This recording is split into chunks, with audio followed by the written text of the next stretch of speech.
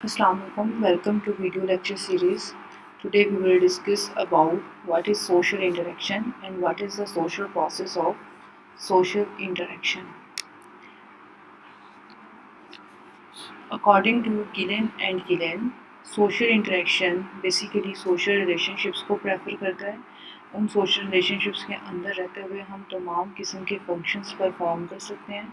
ये social relations different kinds के होते हैं और इन सोशल रिलेशंस की जो एग्जिस्टेंस है उससे जो है हम डिफरेंट टाइप्स के फंक्शंस परफॉर्म कर सकते हैं। Social relations between individual to individual, between group to group and group to individuals और एज ए होल सोसाइटी में भी हम सोशल इंटरेक्शन को देखते हैं।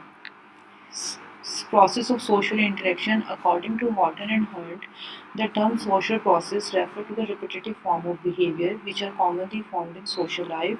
ये कैसे repetitive form of behavior है जिसे हम अपनी social life के अंदर commonly daily basis पे perform करते हैं। For example, अगर हम डेली बेसिस पे स्कूल या कॉलेज जा रहे हैं तो वो रिपीटेटिव फॉर्म ऑफ बिहेवियर है हमारा, हम डेली उस चीज़ को परफॉर्म करते हैं। Some types of the social processes, two categories of social processes हैं। First one is associative social process and second is dissociative social process. तो सबसे पहले हम एसोसिएटिव सोशल प्रोसेस को देखेंगे। Associative social process positive behaviours हैं society के benefit के लिए, सोसाइटी में सॉलिडारिटी को मेंटेन रखने के लिए हम इस प्रोसेस के थ्रू गुजरते हैं और इसमें इंटरेक्शन करते हैं। इसमें सबसे पहले है कॉपरेशन। विदाउट ऑफ कॉपरेशन हम सोसाइटी में मूव नहीं कर सकते और सोशल इंटरेक्शन विद कॉपरेशन ही होता है और सब लोग मिलके अपने कॉमन एंड को अचीव करने के लिए काम करते हैं। और जब सब लोग मिलके कॉमन एंड को अचीव करने के लिए काम करते हैं तो विद कॉपरेशन होता है। इसी के साथ साथ हम अकोमोडेशन में भी मूव करते हैं। जब हम किसी भी ग्रुप को ज्वाइन करते हैं, उस ग्रुप को ज्वाइन करने के लिए हम अकोमोडेट कर रहे होते हैं, किसी भी किस्म के कन्फ्लिक्ट को ख़त्म करने की कोशिश करते हैं, जो कि बिटवीन इंडिविजुअल्स भी हो सकता है, बिटवीन ग्रुप्स भी हो सकता है, कि हम डिफरेंट चीज़ों से डिफरेंट कैटेगरीज़ के अंदर रहते हुए लोगों को एडजस्ट कर रहे होते हैं। Accommodation basically adjustment with environment है, एडजस्टमेंट विद अदर इंडिविजुअल्स है, एडजस्टमेंट विद इंस्टीट्यूशंस हैं। अगर दो पार्टी में इख्तलाफ आ गया तो एडजस्टमेंट बिटवीन टू पार्टीज़ है। इस तरह हम डिफरेंट तरीक़ों से अकोमोडेट करते हैं विद कॉपरेशन।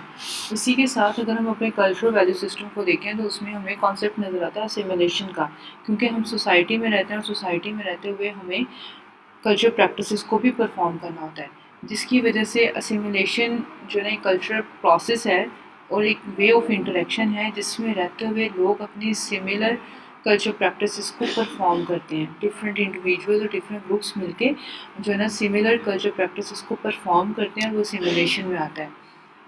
असिमिलेशन में फर्दर कैटेगरीज हैं। इन कैटेगरीज में अकल्चरेशन और अमेलगमेशन का कॉन्सेप्ट है। What is acculturation? Is the step of assimilation is the acculturation is the name given to the stage when the culture group which is in contact with another borrows from it certain cultural elements and incorporates them into its own culture। Means कि कोई भी culture group है, उस culture group में जितने भी different cultural elements practice होते हुए नज़र आते हैं, हम उनको एक ही कल्चर के अंदर इनकॉर्पोरेट कर रहे होते हैं। मीन्स कि दो डिफरेंट कल्चर मिलके एक नया कल्चर डेवलप कर रहे होते हैं। Amalgamation second factor of the assimilation.